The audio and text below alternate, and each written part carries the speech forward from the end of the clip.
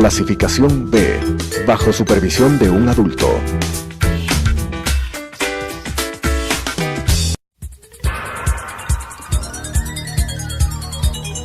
Las opiniones vertidas en este espacio por la producción y dirección del programa son de exclusiva responsabilidad de sus autores y de quienes intervienen en ellos.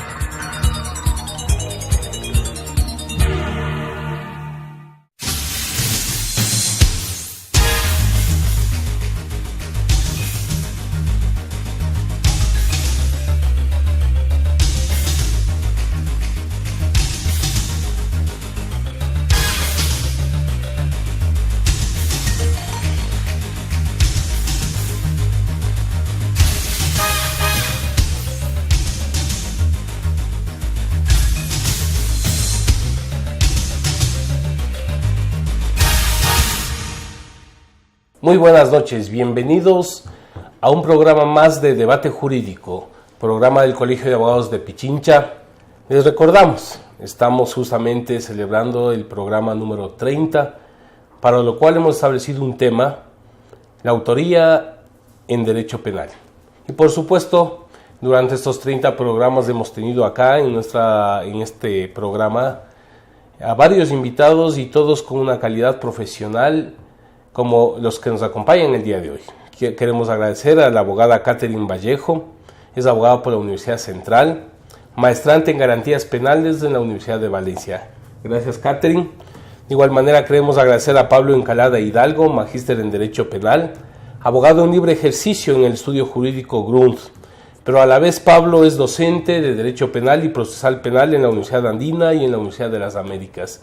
Nuevamente, gracias por aceptar la invitación del Colegio de Abogados y empecemos con nuestro tema. Empecemos contigo, Pablo, ayúdanos entonces un poco a definir este tema. ¿A qué llamamos autoría en derecho penal? Bueno, primero muchas gracias a ti por la invitación al Colegio de Abogados, por abrir este programa para que sea, me parece, de interés de los profesionales del derecho, pero también, ¿por qué no?, de otras personas que tienen interés en la cuestión penal, que tiene tanta presencia en los medios de comunicación y en las conversaciones de toda índole en nuestro diario vivir. Es un tema muy importante. Ustedes ahora han decidido conversar sobre el tema de la autoría en derecho penal. ¿Qué es la autoría? La autoría, digámoslo en términos sencillos, es la determinación de la persona que tiene la responsabilidad penal por el delito que se imputa. Es decir, sucede un delito y quién o quiénes tienen participación en este delito. Entonces, claro, para determinar quién es, no solo es pues la persona, digamos, que dispara el arma homicida, ¿sí? También hay otras personas partícipes del delito. Entonces, esa determinación, hay una teoría de participación que se ha desarrollado en la dogmática penal. Entonces, pueden ser varias personas las que tienen responsabilidad en calidad de autores, no solo el que dispara el arma, sino también el que lo preparó, el que, no sé, de alguna forma determinante colaboró para que este hecho suceda. Digamos, en términos generales es esa, la determinación de la persona o personas que tienen responsabilidad en el hecho, en el delito.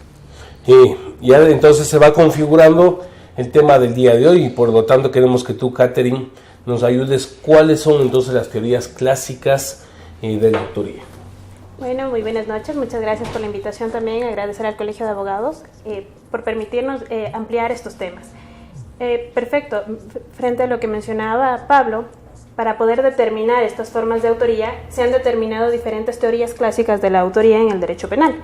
Estas teorías han sido básicamente el concepto unitario de autor, el concepto extensivo de autor y el concepto restrictivo de autor.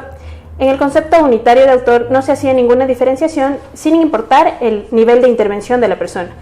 Para ellos, todo interviniente en el cometimiento de un hecho delictivo será considerado como un autor. En el concepto extensivo de autor era vital el animus con el que actúa cada uno de los sujetos. Puede ser el animus auctoris o el animus soci. En este punto no importaba ni siquiera el nivel de intervención, sino el animus con el que actúa cada una de las personas. Si yo tenía el animus, era considerado autor, y si no, era considerado como un simple partícipe. Posteriormente a esto, y porque tuvo muchas críticas debido a que se vulneraba el principio de legalidad, pues no estaba establecido qué tipo de delito o qué tipo de participación sería considerado como tal, se desarrolló el concepto restrictivo de autor. Para este concepto restrictivo es considerado autor aquel que realiza la conducta establecida en el tipo penal, es decir, la que se enmarca dentro del verbo rector, y será considerado como partícipe aquel que coadyuve o que haga una participación diferente a la que no esté establecida en el verbo rector. Gracias, Catherine. Entonces, con estas dos opiniones importantes, se nos va aclarando el tema de la autoría en el derecho penal. Pero entonces la inquietud, Pablo, es cómo es que se ha desarrollado este tema en la legislación penal ecuatoriana en los últimos tiempos. Bueno, el Código Penal tenía previsto ya en nuestra legislación las distintas modalidades de participación, ¿no es cierto? Esta era la autoría, la coautoría, tenía la complicidad y lo tenía también al encubrimiento.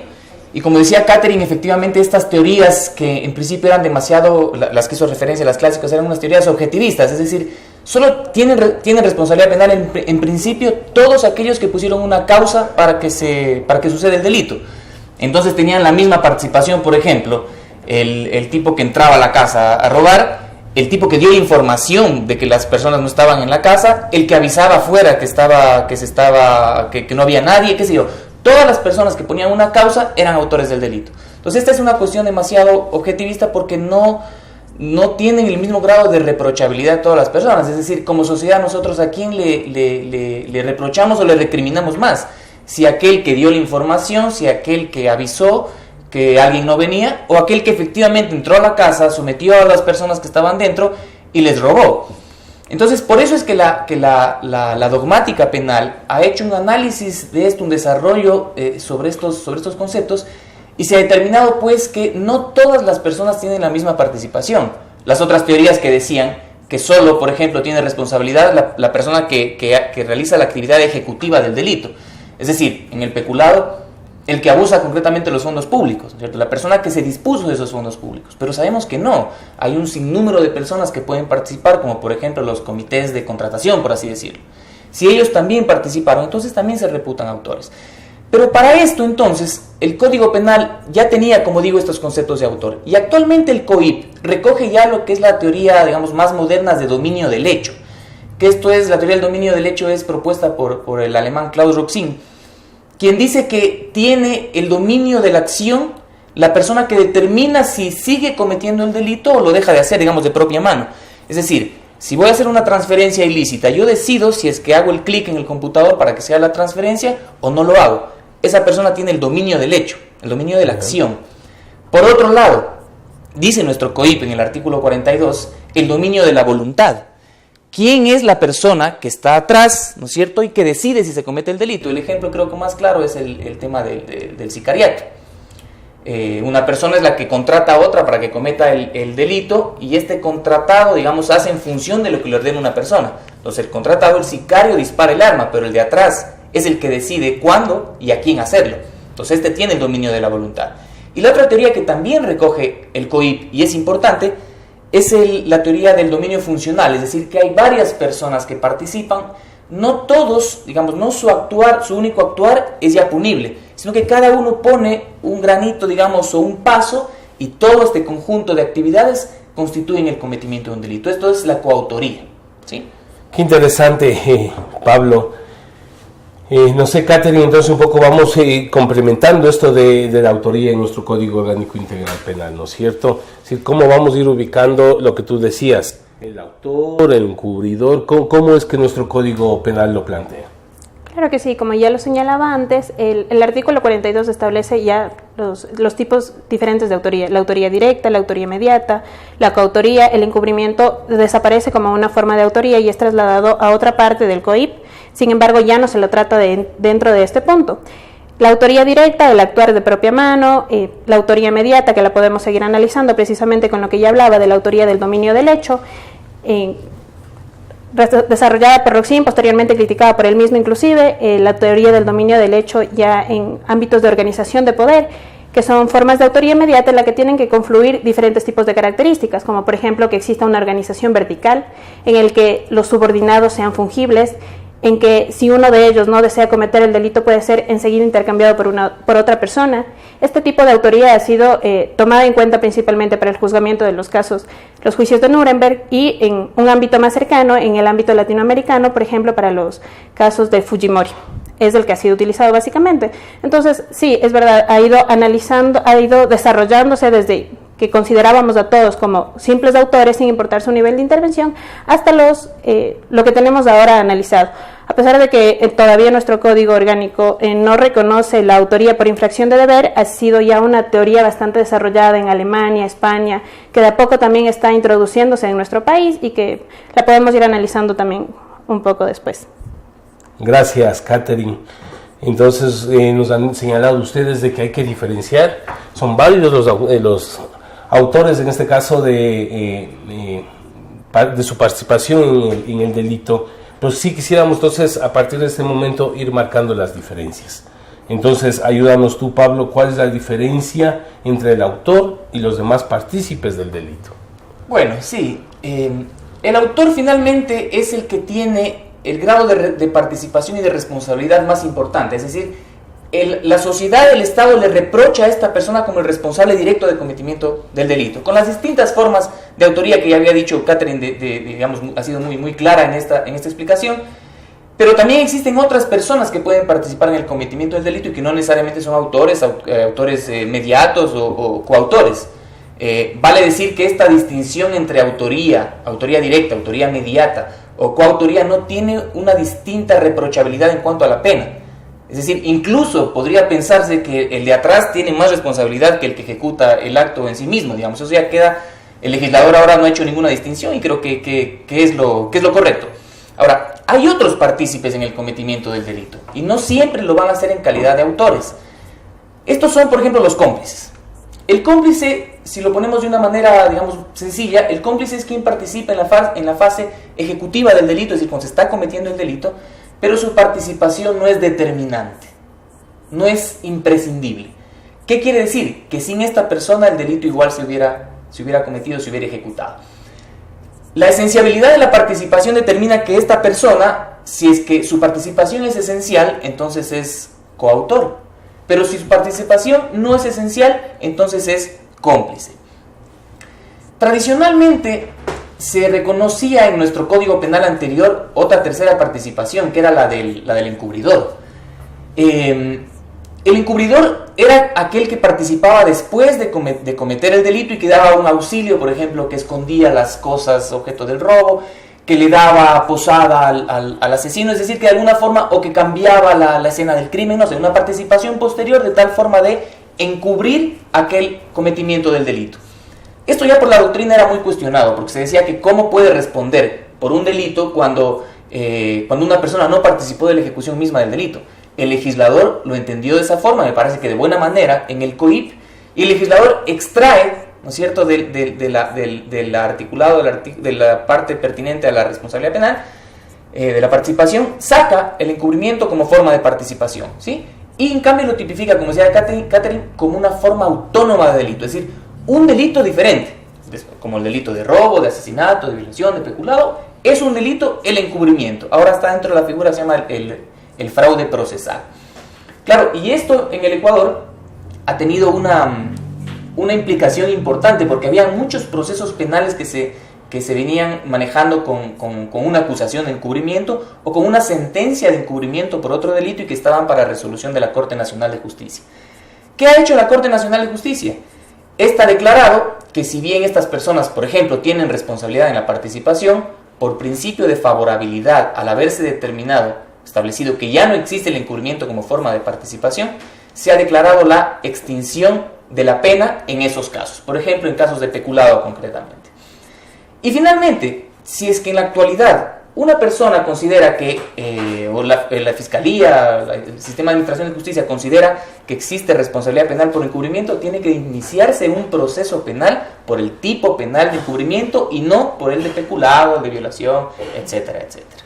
Te agradezco mucho, Pablo. Vamos a regresar con debate jurídico luego de un corte comercial.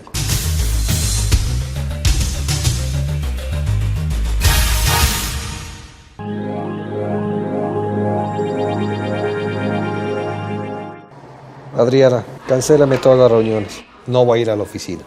Estoy con una jaqueca que no aguanto. ¡El jefe no viene!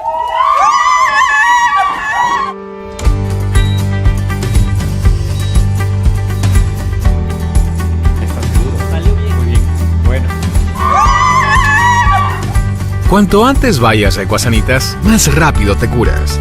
La empresa de medicina prepagada que cuida de ti. Ecuasanitas. Es bueno estar sano.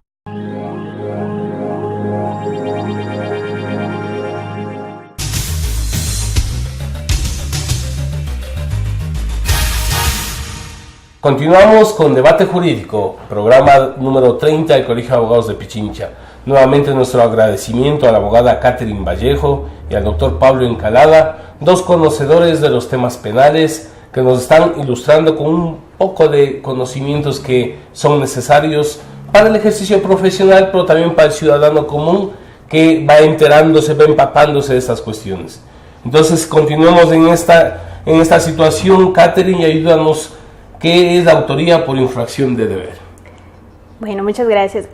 Respecto a lo que habíamos mencionado antes, si bien Roxin ya empieza a desarrollar el dominio de la organización, presenta ciertas correcciones hacia su teoría mismo y posteriormente a esto se realizan diferentes tipos de análisis y se establece la autoría por infracción de deber. La autoría por infracción de deber responde específicamente a la vulneración de un deber especial que puede estar dado en razón de su cargo, profesión o oficio, inclusive a relaciones paterno-filiales del padre con el hijo, por ejemplo. En este caso, por ejemplo, solamente podrán ser considerados como autores del delito de infracción de deber quien vulnera su deber especial. No podrá ser considerado obviamente como partícipe, como cómplice, mucho menos como encubridor, que bien señalaba Pablo, que esta figura ya es un delito autónomo y no es considerado dentro de los tipos diferentes de autoría. Bueno, entonces ahora sí ya vamos, Pablo. ¿A qué llamamos autor mediato? Pero la población quiere saber más o menos, ya en la participación de un delito, vamos diferenciando estos elementos. Bueno, en términos generales, digamos que autor mediato, como decía Catherine, como ya lo decíamos anteriormente, el autor mediato es la persona que tiene el dominio de la voluntad, es decir, la persona que está atrás, ¿no es cierto?, que no es la que ejecuta directamente el delito y es la que determina la comisión.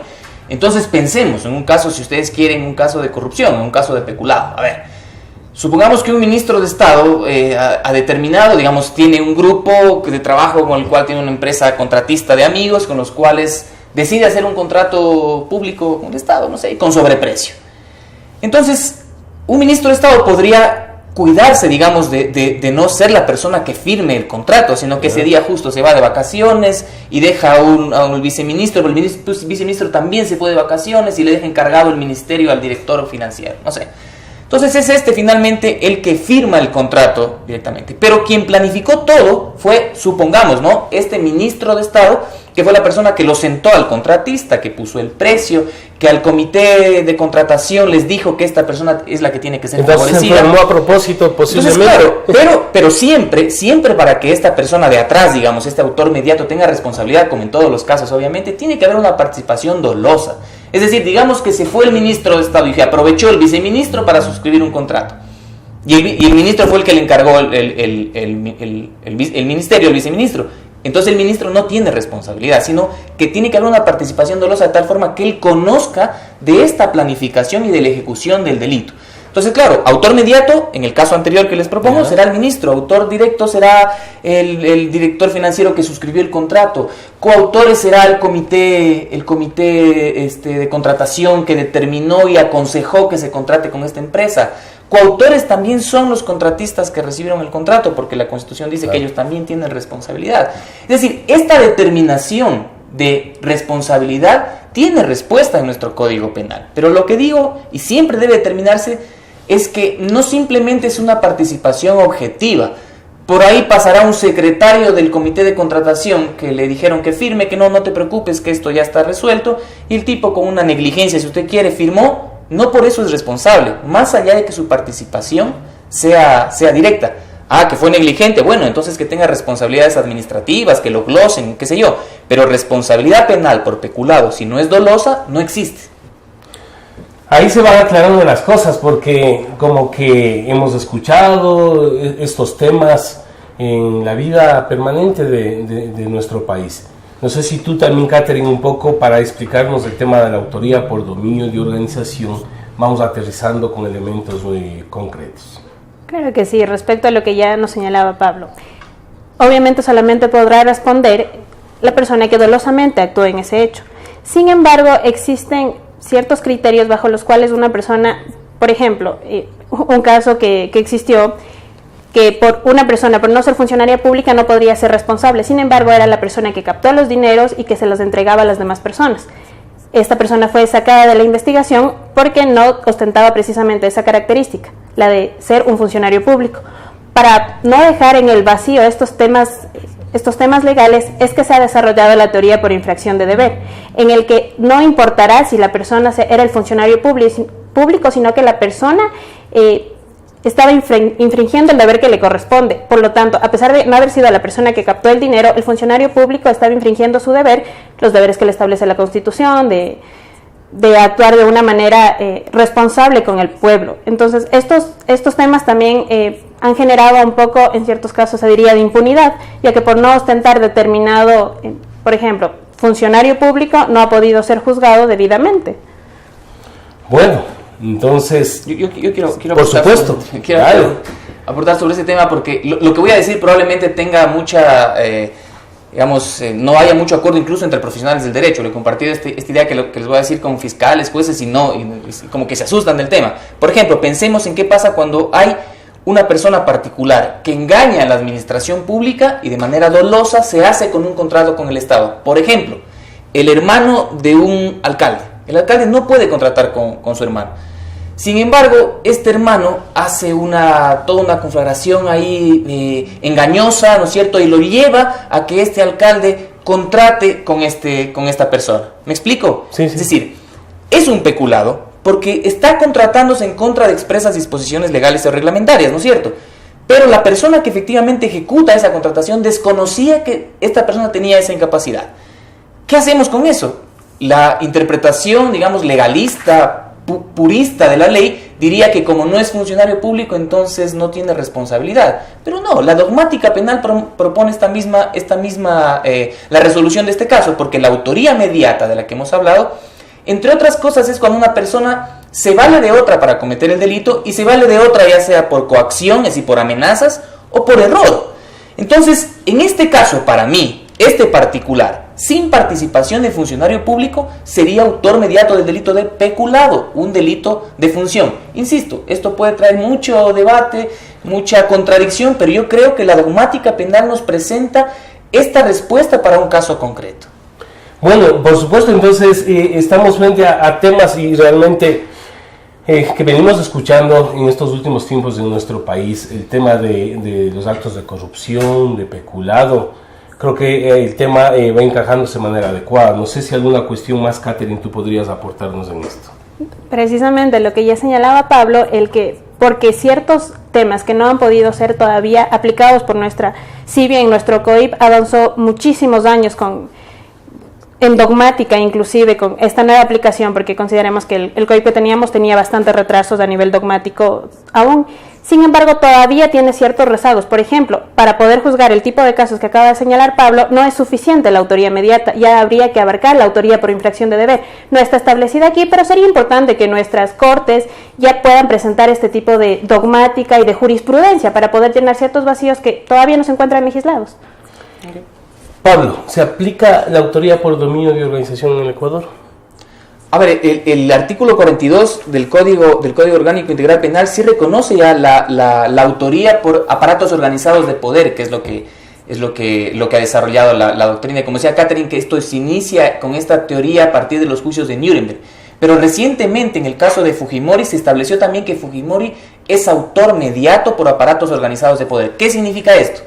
Significa que en una estructura criminal, o también cuando hay crímenes de Estado, en una estructura criminal existe una cabeza. Esta cabeza determina ya como una cuestión, digamos, funcional a la organización, que los de abajo tienen que cometer determinados delitos. Y no hace falta que el de arriba ni siquiera conozca la práctica del delito en particular para ser responsable, sino que como organizó esta organización criminal, él es también responsable por los delitos que cometen los de abajo. Pensemos, una organización de las pandillas, por ejemplo. Entonces, en una pandilla, como se ha conocido principalmente en Centroamérica, los ascensos los ascensos que tienen las personas están abajo, digamos, en la parte más baja de la organización, ascienden por cuántas muertes tienen, cuántas mujeres han matado, cuántos delitos han cometido. Entonces, ¿eso quién determinó? El de arriba. Entonces, si es que este de abajo mató 10 personas para ascender en la organización, es autor directo el de abajo. Pero el de arriba también lo es porque él fue el que determinó esa forma criminal, esa organización criminal. Muchas gracias. Queremos agradecer una vez más a Catherine y a Pablo, profesionales del derecho que en este programa número 30, Debate Jurídico, nos han contribuido con el tema autoría en derecho penal. Buenas noches. Las opiniones vertidas en este espacio por la producción y dirección del programa son de exclusiva responsabilidad de sus autores y de quienes intervienen en ellos.